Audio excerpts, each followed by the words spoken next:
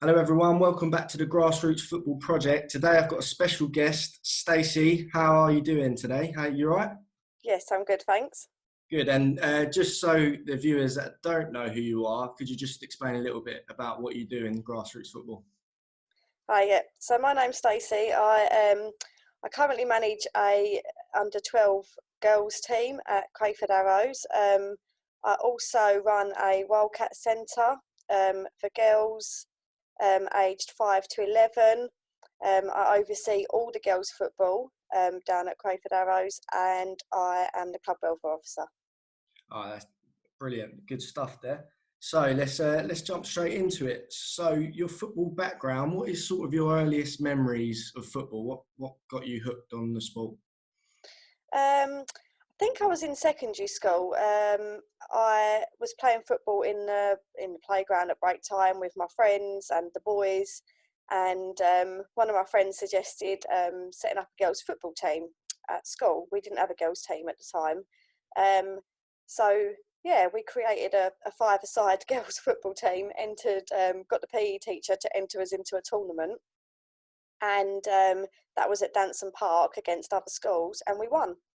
Oh wow, first time. Yeah, we won. So we come away with some gold medals and a trophy for the school, and then I think that was in year 8. So we just expanded from there, really. I always enjoyed playing football. I had 4 brothers growing up, so I always played football with them. We played in the park, we played in the street, as you did when you were kids. Yeah. But yeah, I didn't actually start playing properly, like in a team. My school team was the first team I played in. And then when I was in year 11, Charlton Centre of Excellence, they came to train at my school, and I think they watched one of our games, and they picked 4 of us to join their Centre of Excellence. Wow. So we all went along to training every week with the ladies, with Charlton ladies team at the time. I think that was around 2000, year 2001, possibly. Yeah. Yeah, it was hard going. I was in 6th form. I was working part-time. I was playing football. It was a lot. It was a lot to do. I ended up, I didn't stay on for very long because my work commitments meant that I needed to work and finish my A-levels. Yeah. So I kind of gave it up. But my friends did stay on, and one of them actually went into the Charlton ladies team as a goalkeeper. Oh, brilliant. Yeah, so that was a positive from it. Oh, that's good. So if we just go back to sort of year 8, you're playing with the boys in the schoolyard or whatever. What was girls' football like back then? Was there any girls' football back then? What was it like? I can't remember doing I can't remember any clubs that were about when I was that age. Not like there is now, but usually the schools would, they would signpost you to a local team or a local club, or someone would know something about it, but I don't know of any local clubs. None of my brothers played for a club, so it just wasn't big. Girls' football wasn't, it was almost unheard of. I mean, I know there was ladies' teams, but I don't actually remember there being a pathway to any clubs or any, follow on for girls to play football. Yeah. Well, it's interesting to hear stuff like that because it's so different from now.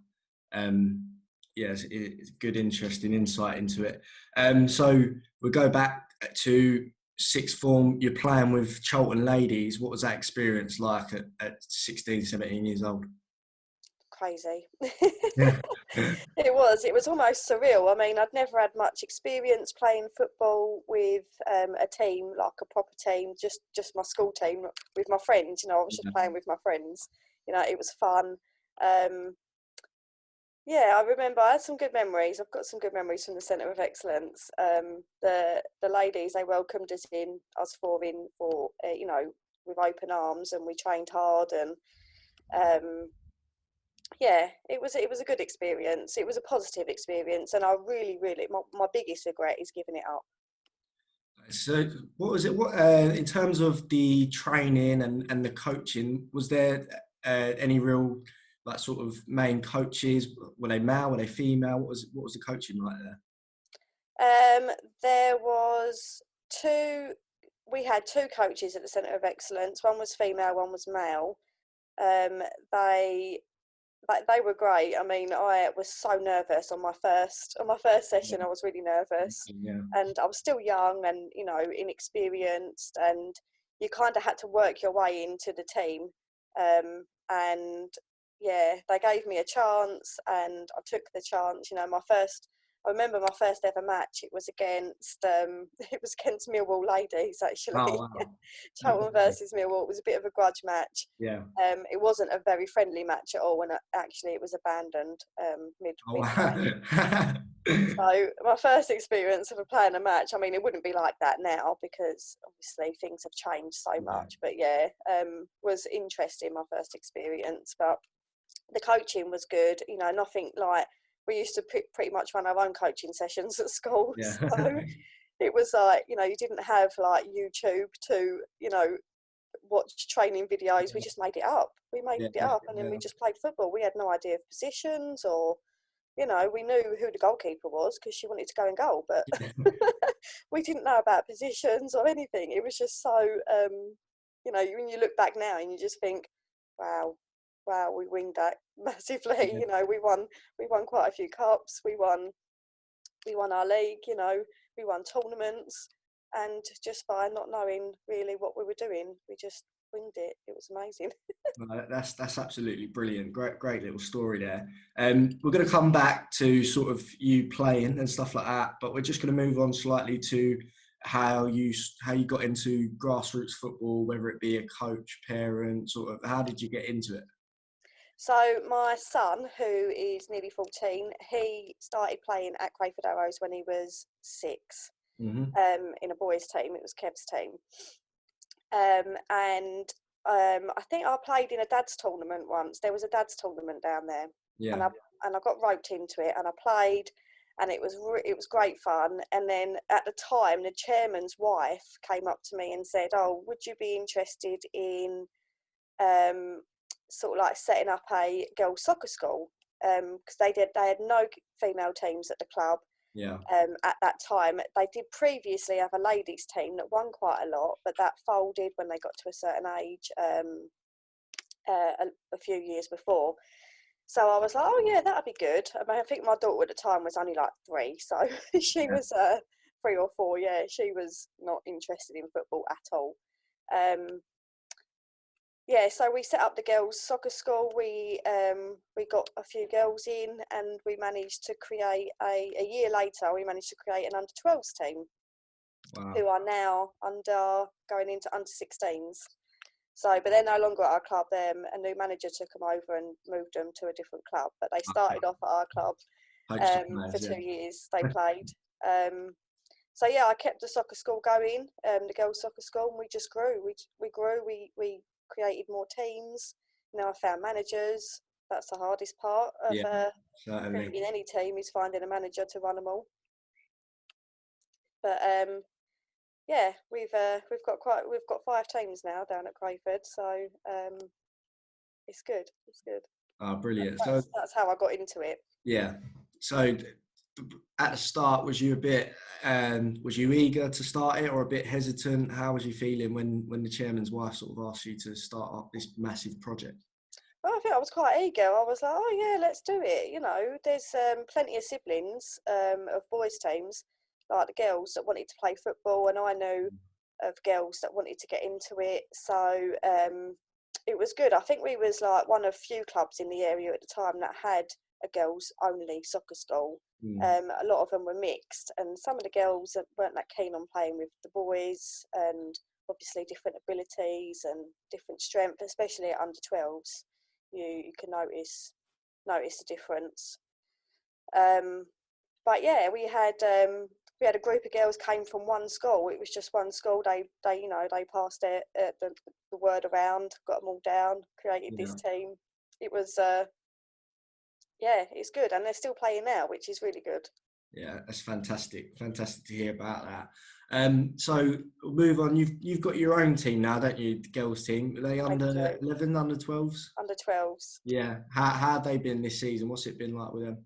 It's been great. So my team started at under 10s. So we created a team at under 10s, and I had the majority of them playing up a year because we didn't have enough girls for 1 year group. Yeah. So we kind of just combined 2 year groups and stuck them in the under 10s. But I actually took them on by accident. So I wasn't planning on being their manager. My daughter wanted to play in the team, so I was just going to be a parent and carry on with my the soccer school and everything. But then the manager couldn't. The manager that I had in mind, he couldn't commit to it. So I ended up taking them on over the summer. It was funny when we played our first match. We entered into the Kent Girls and Ladies League. We played our first match, and it was hilarious. I mean, the girls didn't have a clue what they were doing. I mean, none of them had ever played football before, so it was so interesting. It was so funny. You know, we were going the wrong way on the pitch, and it was you know, they loved it. They were having fun.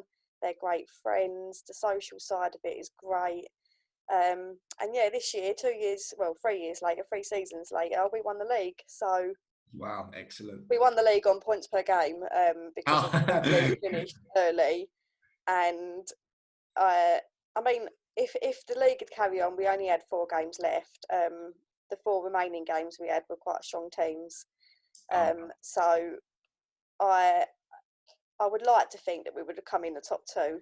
Yeah. But you know how the league concluded it, points per game, we came top and we won the league, and now we're promoted to Division 1. So excellent. Yeah, I imagine it's quite hard at Division 1 in the Kent Girls Leagues. They all look pretty strong throughout all the age groups. Yes.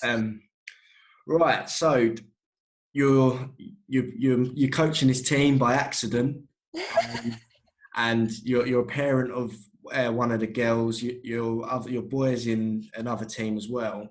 Do you find it hard to make that draw that line between parent and coach when you're coaching and when you're watching your children play? Definitely. I mean, being a manager of a child in my team is so hard because you know, you try not to be hard on them, but I think as a parent you are. You know, if there's a sub to be made, you know, it's easier because I've only got to answer to myself. So, and it's not fair on her, and I know that.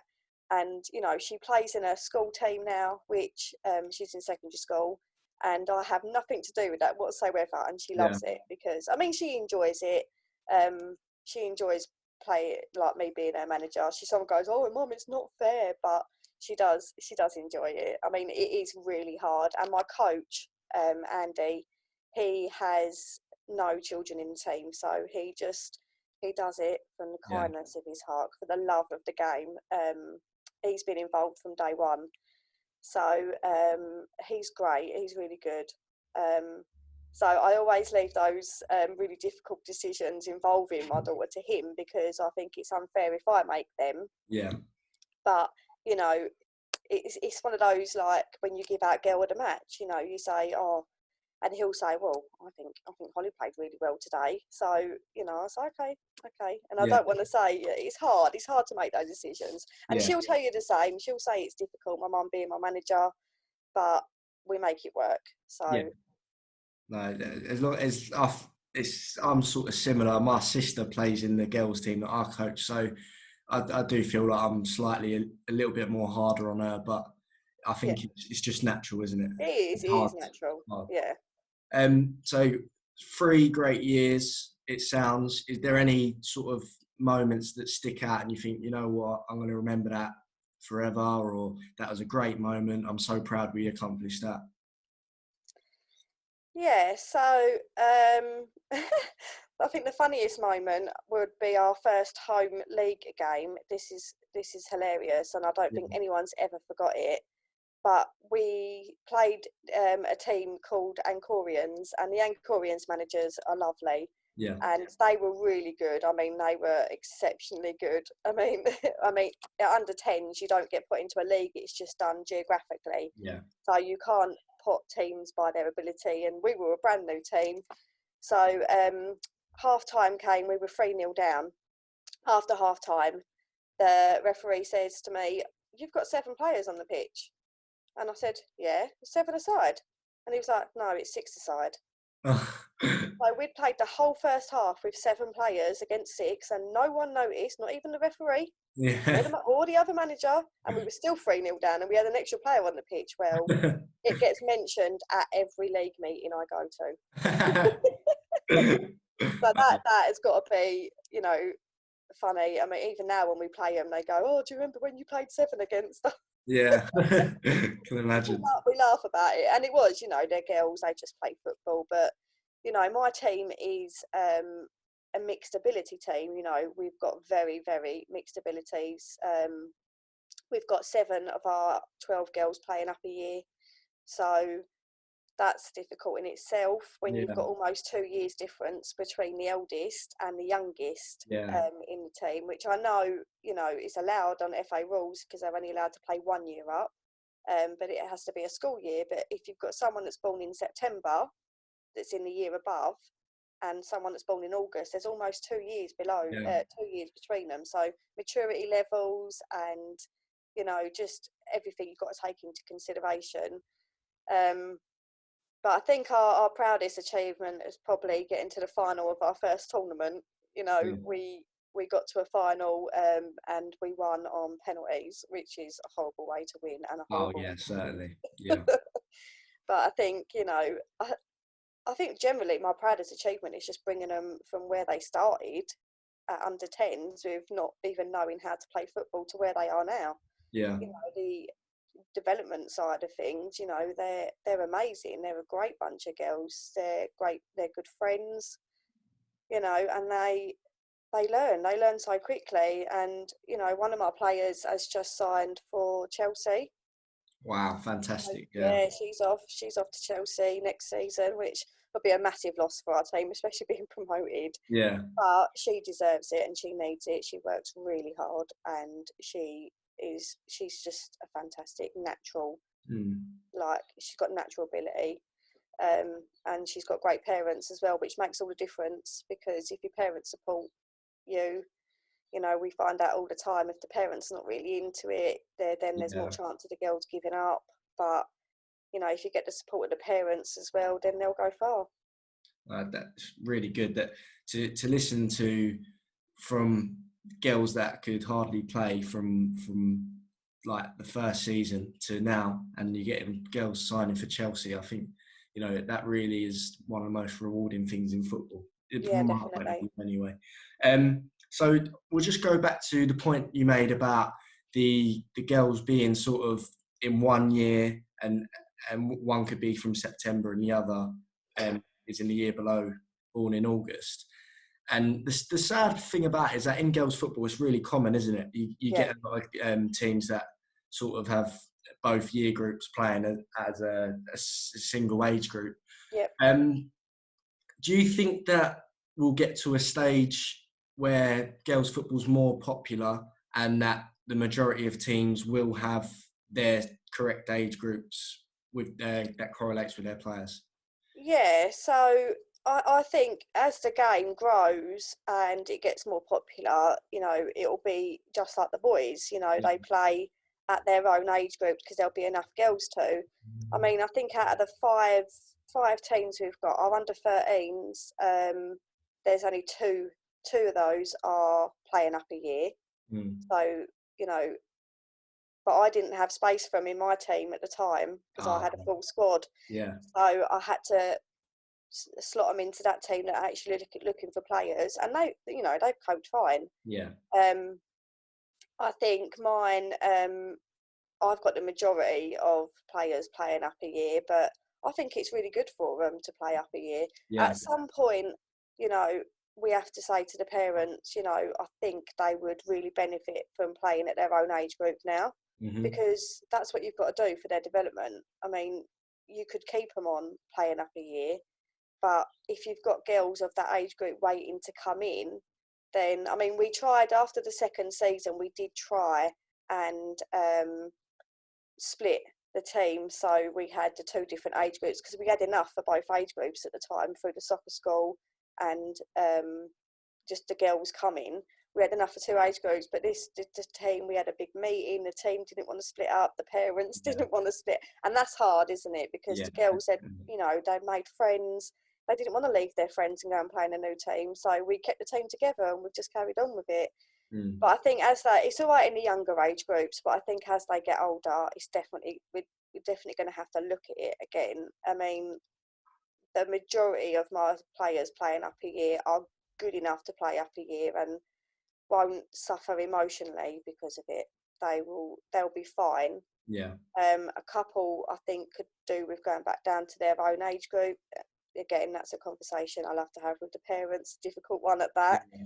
But you have to have, and I will never ever deny a girl the opportunity to play football. You know, we don't play to win. We play to have fun. We play to develop the girls. You know, I give them all a fair amount of pitch time. Everyone gets a fair amount of pitch time. But that's the way we've always done it. And, you know, the parents support that. And even in those difficult games, the girls generally, I'm very, very big on player ownership, very big. Yeah. So I love the girls making their own decisions. So if I've got a couple of subs sitting on the bench and I say to them, girls, do you want to come back on? And they go, oh, God, no, we're winning. Like, no, don't make any changes. Keep it the same. Yeah. So, you know, they're very, very good at making those decisions and they're good at seeing how the game's going. And as desperate as they are to get on the pitch, you know, they're very much a team player. Yeah. They're all very much team players. You know, I think I've had one girl who's my striker, and she said to me in one match, oh, can I go left back at half time? She said, can I go left back? Can I swap with the left back and go? And I said, oh, yeah, why not? We'll try it. So, you know, they swapped and it was amazing. And I think that's such good for them to make their own decisions like that. And, yeah, they like to play in all different positions, which is good because, you know, apart from my goalkeeper who stays in goal, yeah, the others tend to, you know, they play. They like to mix up their positions. You know, they're playing defence or midfield, or which is really good for their development because, you know, they get to see what they like the best. Yeah. I couldn't agree more with player ownership and letting the kids make their own decisions. And I think it does wonders for their development. So that's good to hear. So under 12s is the first year of 9-a-side. Am I right? Yep. So the girls, yeah. Yeah. So how was that transition? Because this is something I've always been interested in, between 7-a-side to 9-a-side with offsides, linesmen. How did you sort of go about that? Oh, it was hard. Yeah, I can imagine. So because girls generally, most of my girls didn't generally watch football on telly. So offside to them was like a different language. Yeah. We started playing 9-a-side games in the January of the year that we were moving to 9-a-side in September. So we played our first game in January. We didn't play offsides in that game. We just get used to the new format and the amount of space they had on the pitch, and, you know, finding new positions, because we didn't go to 7-a-side. So, we did go to 7-a-side, but we went 6-a-side first. We started off at 6-a-side at under 10s, and then under 11s at 7-a-side. So we only had one season at 7-a-side. Right, yeah. Before we moved to 9-a-side, and I had enough players for 9-a-side anyway, so I didn't have to get any new players in, which was good. So we kept the consistency there. But it was difficult. We got them all together in the boardroom at the club, and we Andy's very good with technology, so he made a like a PowerPoint explaining the offside rule, and watched some videos, and we got them to tell us whether the player was offside or not, you know, getting their input in it. And some of them play FIFA, so they knew the offside rule. Nice, yeah. So they were helpful in explaining it to the others. We did practicals out on the 9-a-side pitch, so, you know, running and, you know, not playing offside.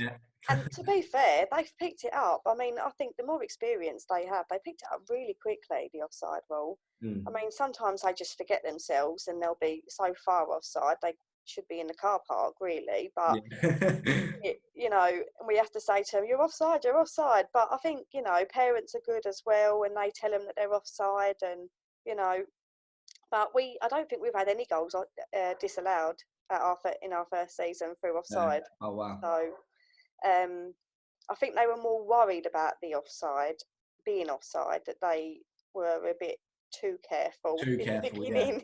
Yeah, Yeah. they were reluctant to go forward because they were scared of being offside. But we got them through that, and I think the more they play, you know, the more experience they get with the offside ball. But I definitely think it was difficult trying to teach girls than it was boys. Yeah. I remember my son going to under 11s, 9-a-side, and doing the offside, and he already knew the offside rule. He knew it better than me. He had to explain it to me, I think. Oh no, that's good to hear that they picked it up quite quickly. Yeah. And they're a bit too cautious, but Mm. no, that's all part of it. So one big sort of worry of mine, I think there's so many opportunities for boys to, once they hit 15, 16, they can go and play for academies, or they've got under 18 sides in the grassroots team they play for, and there's a lot more like Saturday football for them. Maybe I'm just a bit oblivious to the girls' side because I'm brand new to it. But what is being done to keep these girls in the game once they get to sort of that age of 15, 16? What are you going to be putting in place to sort of keep your girls when they get to that age in the sport? It's a difficult one, isn't it? Yeah. Because I found recently a lot of the girls play football for the social side of it. Yeah. You know, they just want to play. They love playing football, but they just want to play with their friends. You know, they're not interested in becoming professional footballers. Mm-hmm. And you find that a lot with girls, and especially when you get to like 15 or 16, and you know, you discover boys and you know, Yeah. work, homework, GCSEs. A lot of them do drop out, and you do find that.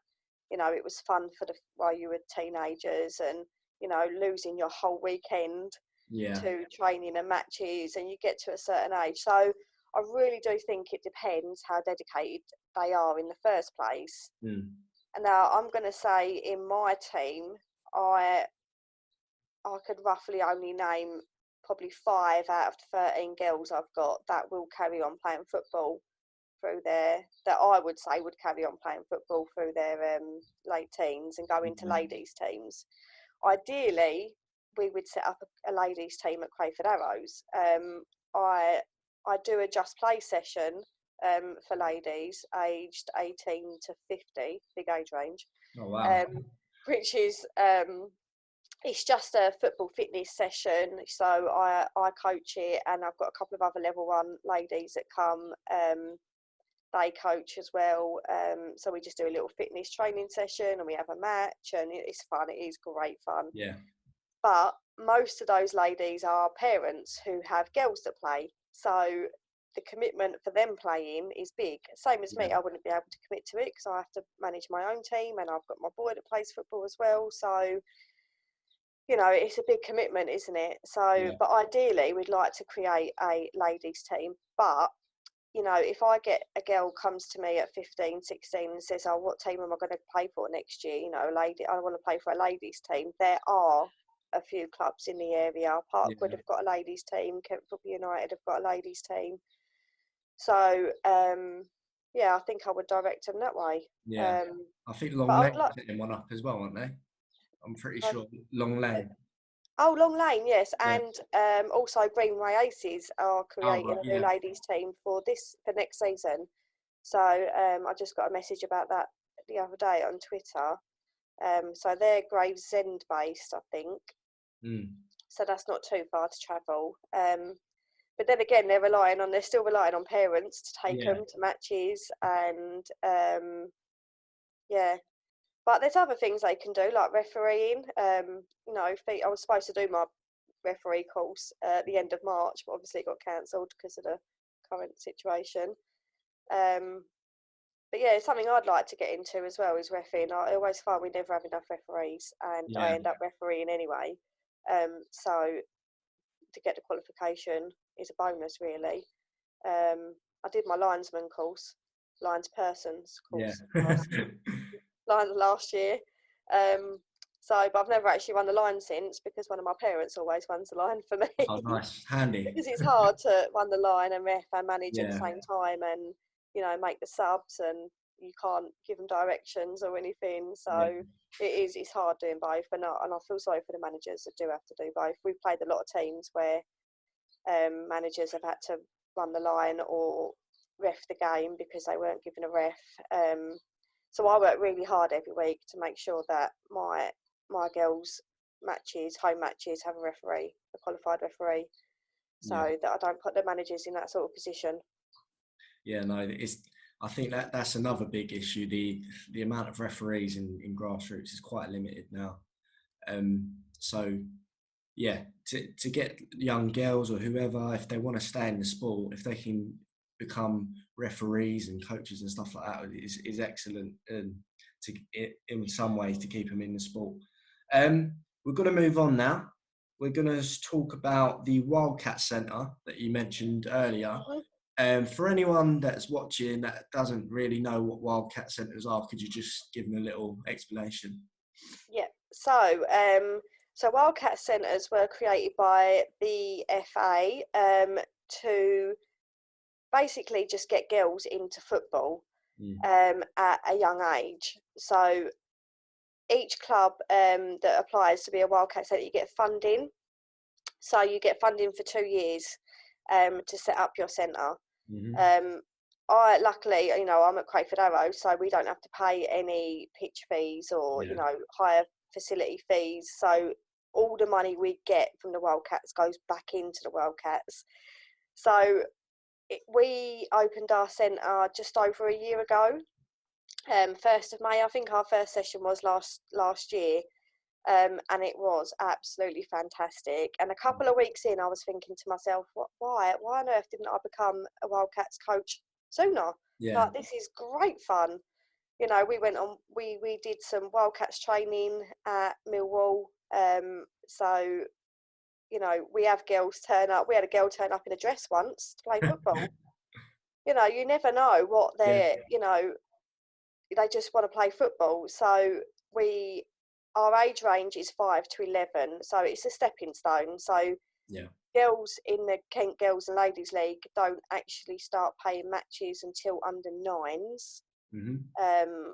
So if they're 5 and they're coming to Wildcats, they're getting a good 3 years of coaching before they go into the team.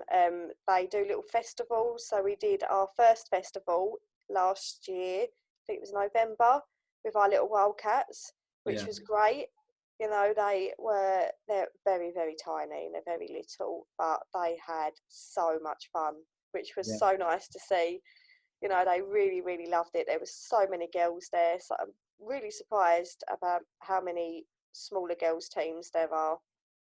But yeah, they're playing up a year, so we entered them into an under 8s festival, which they're only under 7s, so they can do another whole year of festivals before they go into a team. But it's like a stepping stone, so it's basic skills. So even if they've never kicked a ball before in their life, we do fun little games. We always start off with a fun game to start with. So they come in, they get warmed up, they play, cops and robbers, or, chase the egg. But they love it. They absolutely love it. And last year, I think through the summer, we had maximum of 29 girls attending our Wildcat Centre. It was crazy. For a whole hour, it was just complete craziness. But I absolutely love it. I really look forward to Wildcats every week. Obviously, we can't train at the moment and it's stopped. So, and because there's no, they don't have to come, there's no pressure on them to come every week. They can just come whenever they want. We get new girls all the time. We only charge £2 a session as well, which is the lowest that you're allowed to charge.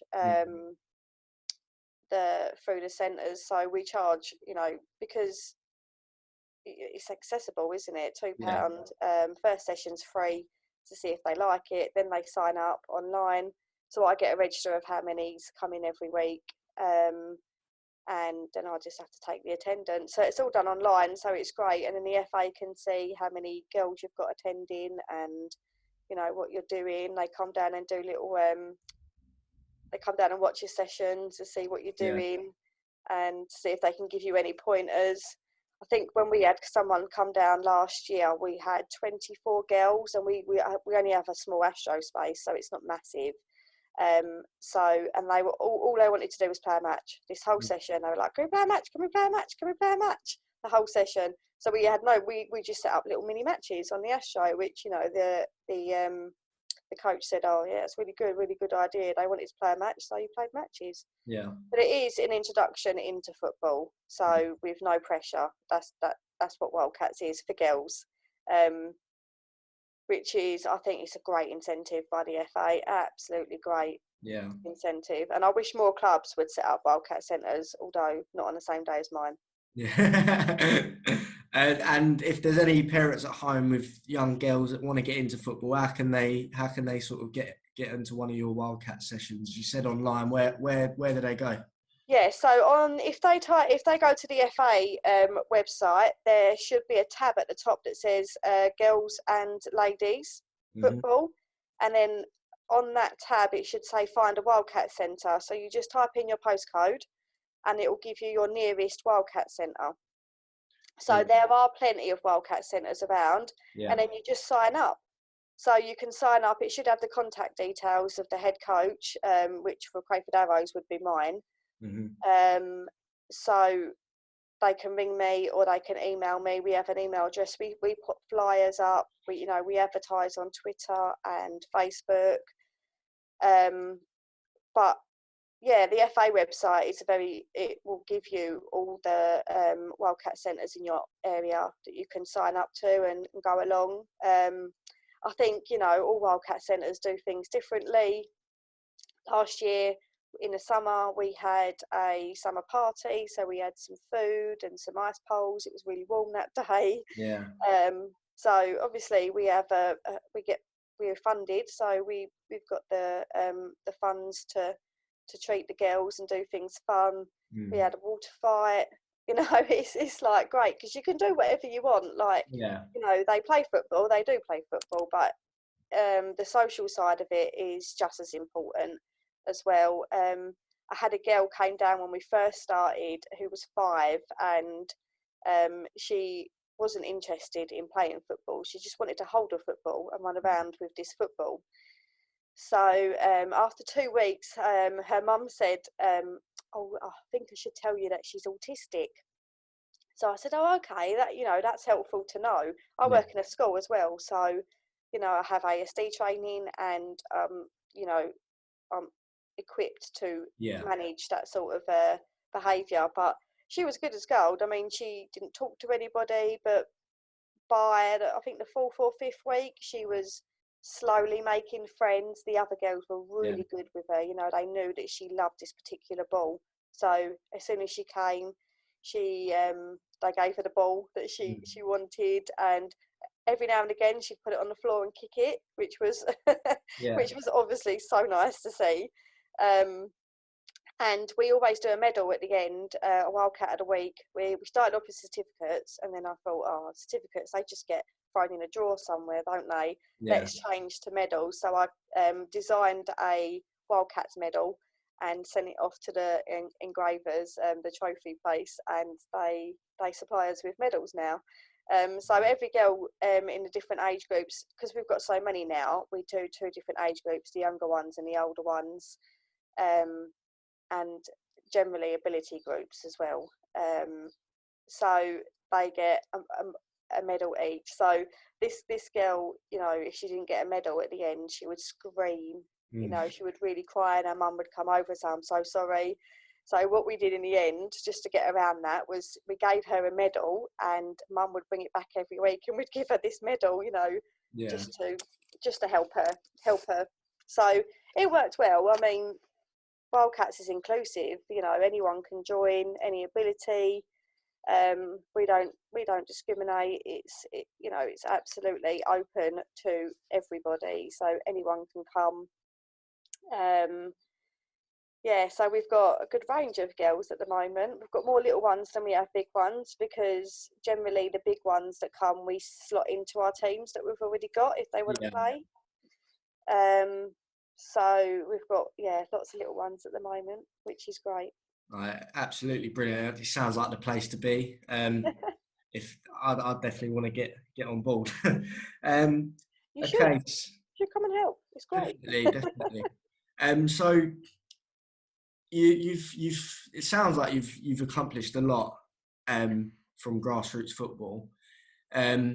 If there was sort of a date and someone said, right, by this time you won't be involved in it anymore, what would you have liked to have accomplished by then? What would you want to achieve and get done in your grassroots? I think that what I would like to accomplish is that to bring girls football on a level, the same level as boys football, because I feel like my club is a very boys orientated club, and I've had to really battle to get the girls, an equal footing as well, like with kick-off times. Why should the boys have all the early kick-off times and we get all the late ones? I feel like I have to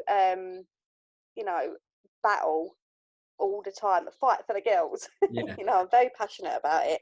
They know that. My club, my board, they know how passionate I am about the girls, so they generally just let me rant now.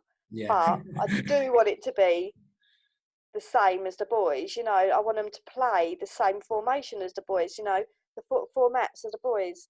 Girls are always a year behind boys, and I don't see how that's fair. Really, my girls should be going to 11-a-side this season. But they're not. That is something that I can't get my head around, the fact that even up to under 16 age, the girls still have to decide between either 11 or 9-a-side. I don't know how it works exactly, but it's crazy. Yeah, that's exactly it. So at under 14s, they have the option to play 11-a-side, but that's only against the other clubs that choose to play 11-a-side, and all their other games they have to play 9-a-side. So if you get enough players in for 11-a-side, so say you sign 15 girls for 11-a-side, when you have to play 9-a-side, you're only allowed 5 subs, so you've got to tell girls they can't come along every week, and that's not fair. And I don't agree with it. And I do think they should be playing the same as the boys. I do.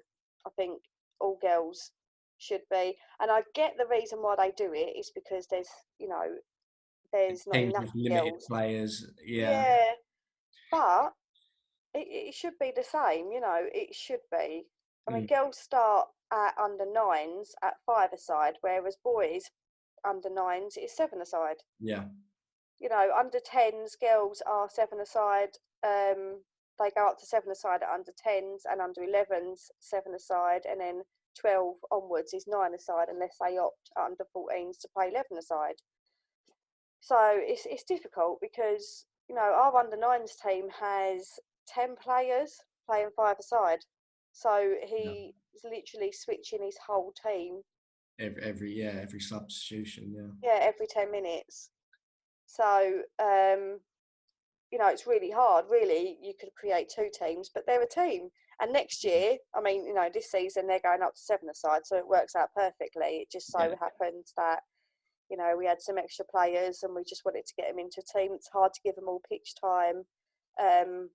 But they should have been 7-a-side this season if they were on, level footing with the boys. So ultimately, that's what I want to achieve. I want that, not me personally, but because I'm never going to be able to change that. But that's what I would like to see before I give up, retire from everything that I'm doing, which I can't see I'm going to do anytime soon anyway. So definitely. And I think we definitely need more people like you in the sport for as long as possible. So Stacie, you've been absolutely brilliant. Thank you so much for agreeing to come on. And we'll definitely get you back on to talk about more stuff in the near future. That's fine. Is there any sort of closing words, bit of advice you want to give to people that are in the girls grassroots sort of industry and need a bit of advice, what could you tell them? I'll just say girls football can be difficult, but never give up. Never give up on the girls. The girls, you know, they're fantastic. All of them that want to play football. Give them as much opportunity as you can to play football. Just, you know, give them an opportunity. Create girls teams if you haven't got girls teams, or, you know, find out girls teams in the local area. But, you know, grow the game, make girls football as big as boys football. You know, that's what I would say. Fantastic. Okay, thank you so much. Yeah, guys, if you're here to the end of the video, please give it a like, comment about, you know, your favourite parts of the episode, what good points we bring up. Subscribe if you want more content. We'll definitely be talking more about grassroots girls football. And we'll see you later. Stay safe, everyone. Thank you.